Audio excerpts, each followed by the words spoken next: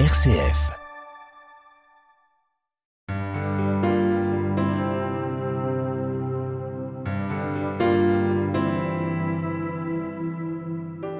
Bienvenue à notre émission Dieu a changé ma vie.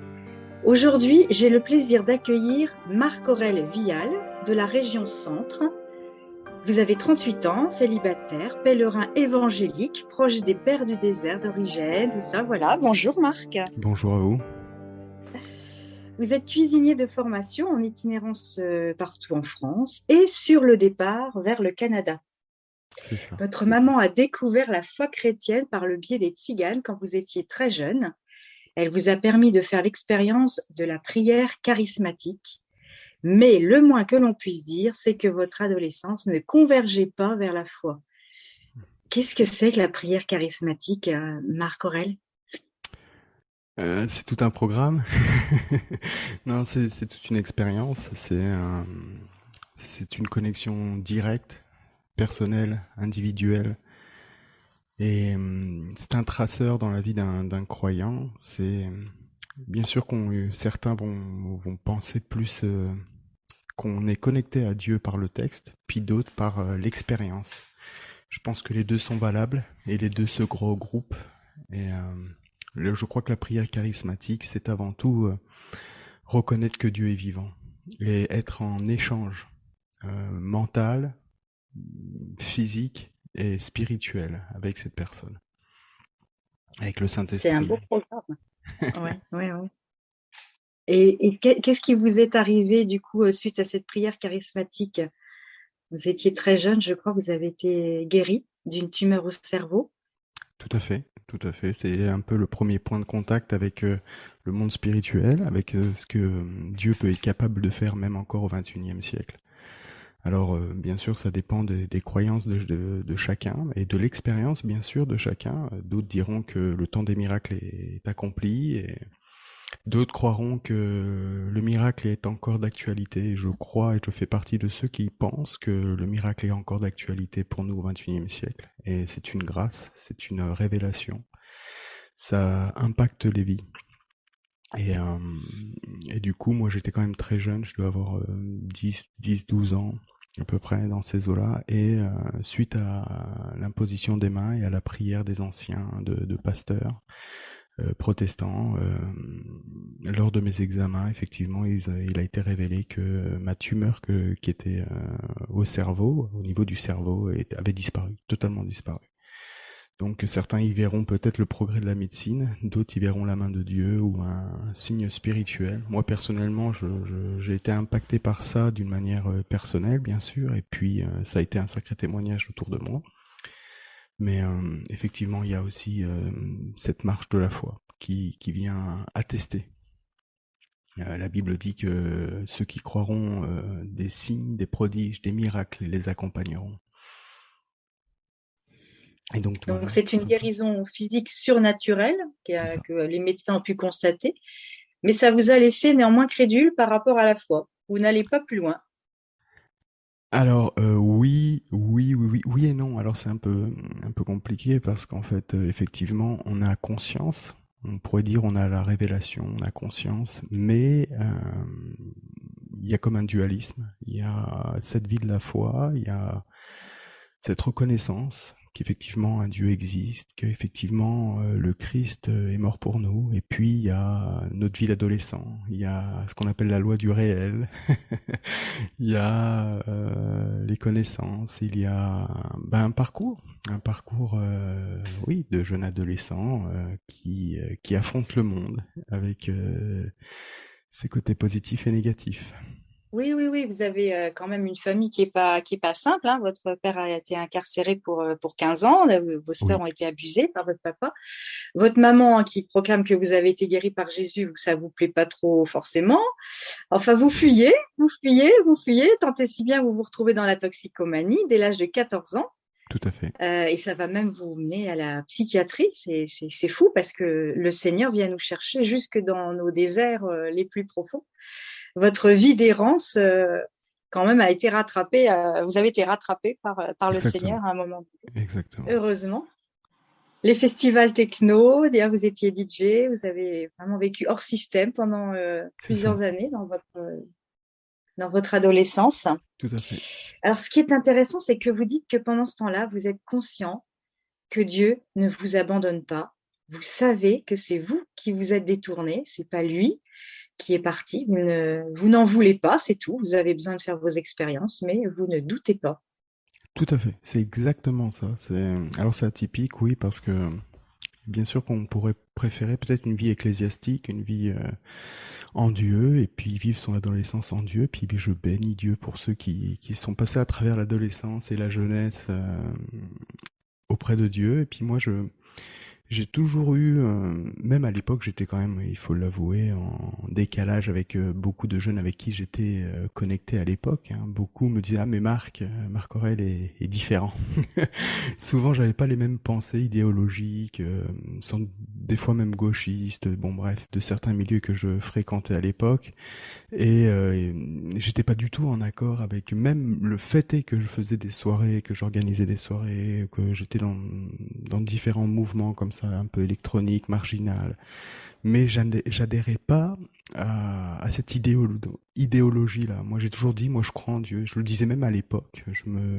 C'est pas des sujets vraiment qu'on abordait tous les jours, effectivement, mais ça nous est arrivé. Je me souviens d'une fois dans un festival au Portugal, en l'occurrence, où pendant près d'une nuit, là, pendant ce festival, on parlait beaucoup en aria à l'arrière et je me souviens que ça avait lutté sévère et je disais non, non mais moi je crois qu'il y a un Dieu. Alors ah oui mais comment ça tu crois qu'il y a un Dieu? Enfin donc c'était quand même très atypique parce qu'on était dans un milieu complètement on va dire anti religieux et anti Dieu et j'étais au plus bas de ma santé physique et même peut-être spirituelle et je témoignais quand même. Alors c'était Oui, Dieu est grand.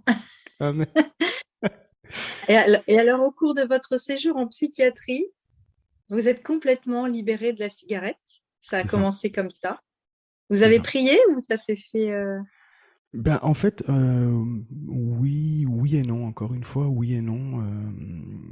Moi, quand j'arrive en psychiatrie, je suis convaincu de péché. Je suis convaincu de péché, que ma vie d'adolescente a été, on va dire, saccagée, que j'ai pas fait ce qu'il fallait faire. J'ai conscience. J'ai conscience de tout ça. Il y a au moment où je vais pour me soigner, justement, je suis vraiment à ce niveau de repentance où vraiment je dis Seigneur là j'ai foiré, je te demande pardon. C'est un peu le fils prodigue. Et quand moi j'arrive en psychiatrie, les infirmières, le docteur que je vois, je leur dis je veux m'en sortir. Puis ils sont très incrédules d'entendre mon discours.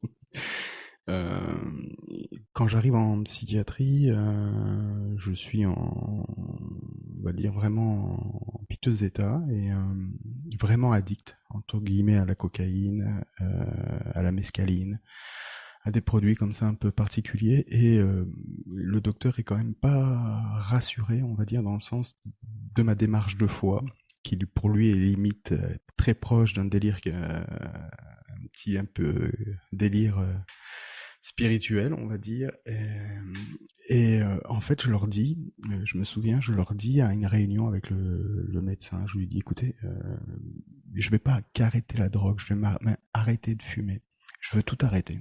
Et le docteur me regarde, il me dit, bah c'est bien, c'est bien. Mais je sens qu'il est très incrédule. Et l'infirmière à côté, qui était aussi là au rendez-vous, dit, écoutez, monsieur Vial, vous essayez déjà d'arrêter les médicaments, certaines substances. Faites un pas après l'autre, puis la cigarette, vous verrez plus tard. Et puis quand elle me dit ça, j'aurais pu très bien acquiescer. J'aurais pu très bien dire, ok, oui, je vais y aller étape par étape. Et je dis, non, non, non, non, j'arrête. Et lorsque je suis sorti du rendez-vous, je me souviens, je me souviens très bien, je dis juste ça, c'est vraiment l'anecdote. Je me souviens avoir pris une pomme dans un panier. Je suis sorti dehors et j'ai plus jamais touché une cigarette. Et ouais. j'ai jamais eu un manque, j'ai jamais eu. Et 2, 3 jours après, l'infirmière est revenue me voir et puis elle a été extrêmement touchée de ça. Je fais, voyez, je vous ai dit que j'arrêtais tout, j'arrête, c'est fini. Je crois en Dieu. Pour elle, c'était un délire mystique, mais non, non, elle a vu, elle a vu. Et quand je suis parti de la psychiatrie, un mois et quelques après, la fille, pareil, est venue me voir et elle m'a dit, vous êtes un des des seuls qu'on a vu complètement transformés en si peu de temps. Et puis, on vous souhaite le meilleur pour le futur, bien évidemment, et on croit à votre transformation. Ça a été déjà un témoignage. Oui, oui, oui. Comme quoi le Seigneur vous aime beaucoup, tout particulièrement. Il veut vraiment vous mettre à part. C'est assez fort, hein. Du coup, il s'est instauré comme une crainte radicale de l'Éternel. C'est ça. C'est ça que vous me disiez. Bouleversement total de votre vie. Plus envie de revenir à la vie d'avant. C'est ça, c'est ça, c'est vraiment une révélation, ça marche vraiment comme une illumination, une révélation, une compréhension, et c'est même hors de ma volonté ou de ma pensée, c'est vraiment, je sens vraiment que, ouais, il y a eu un avant, il y a un après, alors, ça, ça marche différemment peut-être pour les gens, mais j'avais besoin peut-être d'être au plus profond pour vraiment être saisi de Dieu, je sais pas. Mais en tout cas, oui, il y a eu un avant, il y a eu un après, effectivement, oui.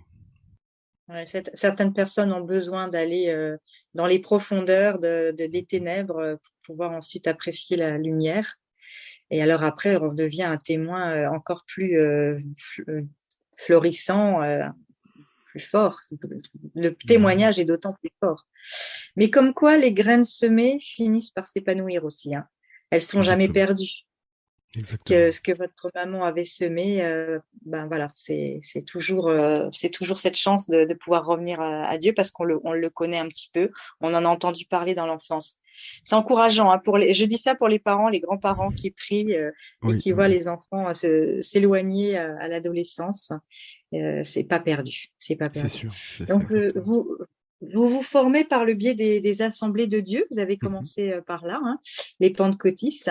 Vous vous exactement. rapprochez aussi du centre de réveil charismatique à Montélimar, de l'église de Fabienne Ponce à Toulouse. Vous créez une cellule de maison en Gironde. Bon, je l'ai dit en introduction, hein, vous êtes un pèlerin. C'est Mais ça. vous n'êtes pas un électron libre. Ça, c'est important de le dire. Vous avez la sagesse de vous rattacher à un ministère dans ce que vous faites, en Exactement. l'occurrence celui de Michel Chevalier au Québec.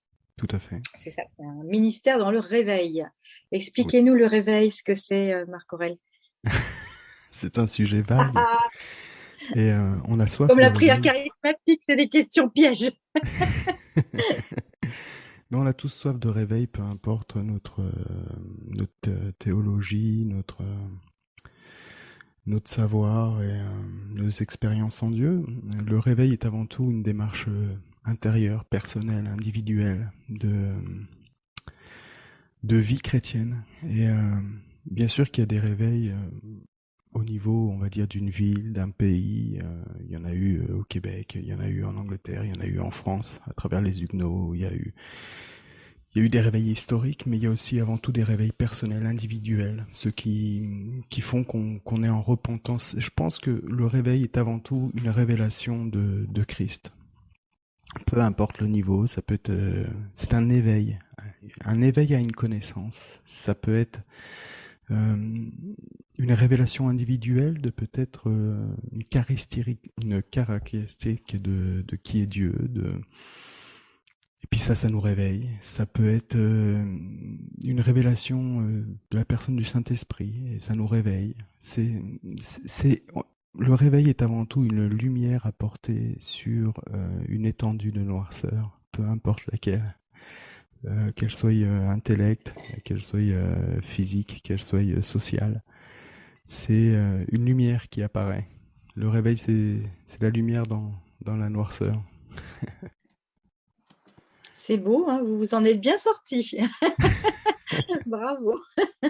Merci. Alors j'aime beaucoup, c'est vrai qu'on pense souvent le réveil à l'expérience du Saint-Esprit comme à la Pentecôte, mais j'aime beaucoup votre idée de dire, voilà, c'est une caractéristique qu'on découvre de Dieu qui va nous interpeller, qui va nous faire aller un pas plus loin Exactement. dans notre foi, changer notre façon de vivre notre foi. Ouais, C'est c'est ça, pas de la mal, faire hein. grandir. Vous êtes proche aussi des pères du désert tout en étant avec les Oui, charismatiques, les pentecôtistes. Vous êtes, je pense, avant tout un chrétien qui est en chemin. exactement. C'est ça, hein. Oui, c'est ça. Alors, vous n'êtes pas rattaché à une église en ce moment. en Non, parce que je particulier, vais hein. partir au Canada et c'est vrai que effectivement, peut-être au Canada, je vais me rapprocher effectivement d'une église et d'un groupe, ce qui est normal. Mais actuellement, étant entre les deux, en étant, on va dire, en transition, effectivement, je suis un peu hors d'eux, si je peux me permettre. Oui, oui, oui, mais vous n'êtes pas tout seul, quoi. Vous n'êtes pas un Non, non, solitaire. non, non, non. Non, C'est j'ai bien important évidemment de ne pas dévier. j'ai même des, on va dire j'ai un enseignant même en France qui me suit, là, je pense à lui souvent, là, et j'étais en contact avec lui il y a encore un mois, il s'appelle Gilles Martel. Il était enseignant à Teen Challenge dans l'œuvre où j'étais, et on a fêté nos 20 ans d'union, il y a un mois. Je suis descendu en Gironde justement le saluer et non non je suis en contact, oui c'est ça, depuis une vingtaine d'années avec tous les ministères avec lesquels j'ai travaillé, collaboré, puis avec lesquels je suis ami. Oui. Et alors, en plus, vous êtes très présent sur les réseaux sociaux. Je le dis pour ceux qui voudraient peut-être vous découvrir. Je me permettrai de mettre sur le podcast, sur le petit résumé, là, le lien, parce que vous avez fait il y a 3 ans un très beau témoignage, vraiment Ah de oui. toute votre guérison, tout votre chemin. Prenez vraiment le temps d'expliquer les choses. Je mettrai le lien pour nos auditeurs. Mais pour le moment, vous êtes aussi sur les réseaux sociaux, sur YouTube, sur Facebook, sur iTunes, et vous proposez quoi? Des podcasts, actuellement je propose des podcasts, alors c'est sur SoundCloud et je les transmets aussi sur iTunes. Et c'est des podcasts d'enseignement et de débat, euh, justement avec différentes dénominations, différents courants du christianisme. Et j'essaie de donner la parole à des personnes qui, pour moi, sont des perles du royaume et des fois des perles un peu cachées, des personnes comme ça. Je crois beaucoup, justement, alors ça me rattache beaucoup, d'autant plus avec les pères du désert, je crois beaucoup qu'il y a beaucoup de chrétiens, des hommes, des femmes qui ont vraiment reçu de Dieu et qui sont vraiment cachés dans le royaume, vraiment mis à part et qui brillent pas nécessairement toujours sur les réseaux, sur le devant de la scène, on pourrait dire, et qui sont vraiment, vraiment très proches du Christ et qui ont aussi une expérience et une profondeur incroyable. Donc je me plais à les mettre à l'honneur à travers ces podcasts. Voilà, tout simplement. C'est important parce on est héritier de toutes ces personnes qui étaient là avant nous. Oui. Il y en a qui sont plus ou moins connus, mais c'est vrai qu'il ne faut pas les oublier. Leur message est certainement toujours autant valable aujourd'hui, hein, autant d'actualité.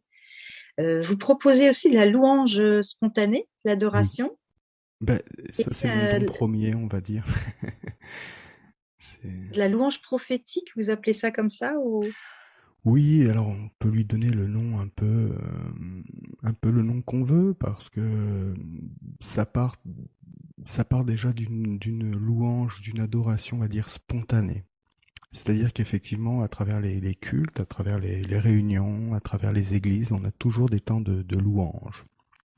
Des temps comme ça où on va apporter un peu deux, trois cantiques, deux, trois chants, avant une homélie, avant un échange de la parole. Et depuis tout le temps, depuis le temps que vraiment je suis revenu à Dieu, j'ai toujours été dans ce courant. Alors pourquoi on dit prophétique? On dit de la louange prophétique parce qu'on part sur la liberté de pouvoir s'exprimer devant Dieu à travers des chants. Et c'est ça qu'on appelle prophétique, c'est le fait de se dire, ok, on part dans un moment de louange, et puis le texte qu'on va dire, le texte qu'on va chanter n'est pas nécessairement préécrit. Ça fait pas vraiment nécessairement partie d'un chant établi. Mais ça rejoint plus la prière à travers la louange. Souvent, je dis la plus puissante des prières, c'est votre adoration. Euh, c'est, c'est l'élan du cœur qui est exprimé à travers notre louange. Et c'est ça qu'on appelle prophétique, parce qu'effectivement, quand on adore Dieu, quand on s'élève à rendre grâce, à être dans la reconnaissance, forcément, il y a ce qu'on appelle l'esprit prophétique. L'esprit de la prophétie, c'est Jésus-Christ. Et c'est ça qu'on appelle la louange prophétique, en fait. C'est un élan de spontanéité devant le royaume, dans le royaume, en fait. une prière spontanée qui C'est monte ça, comme ça, c'est et ça, peut-être même qu'elle est guidée, inspirée par l'Esprit Saint, c'est qui ça. lui sait. comment on doit parler, comment on doit Et prier, et nous, il on ne sait pas. intercède lui-même. Amen. Et qu'est-ce qui se passe dans ces moments-là? Est-ce qu'il y a des choses particulières Oui, ou alors c'est juste un bon temps qu'on passe tous ensemble Alors oui, plus que ça, parce que on pourrait l'assimiler. Alors étant charismatique, effectivement, on a beaucoup de justifications à donner dans le sens peut-être théologique, et on essaye de vivre parce que vivaient les apôtres dans le livre des Actes, et ils se réunirent, ils prièrent, et à travers ces moments d'adoration prophétique, et bien des fois, il y en a un qui peut être mis à part pour une fonction. Il peut y avoir une parole de sagesse, une parole de discernement qui peut être donnée, ou une prophétie même qui peut être donnée, puis qui est jugée par l'ensemble des personnes qui sont ici réunies. Et puis il y a un mouvement de l'esprit. Et moi, j'aime beaucoup une personne qui était en Angleterre, aux États-Unis, qui est maintenant décédée, qui s'appelait Ruth Eflin, et qui disait il faut louer jusqu'à ce que l'esprit d'adoration descende. Et lorsque l'esprit d'adoration descende, il faut adorer jusqu'à ce que la gloire descende. Et lorsque la gloire descende, tenez-vous dans la gloire. Et c'est un processus. Moi, je crois que c'est le processus du tabernacle. Il y a le parvis, le lieu saint et le lieu très très saint. Et c'est une marche à travers ce tabernacle à la rencontre de Dieu. Et il peut se passer mille choses. Ça peut être, oui, un discernement, une prophétie, beaucoup de choses se passent à travers la louange et l'adoration. C'est la plus puissante des armes, je pense, spirituelles, parce que elle n'a ni frontières, ni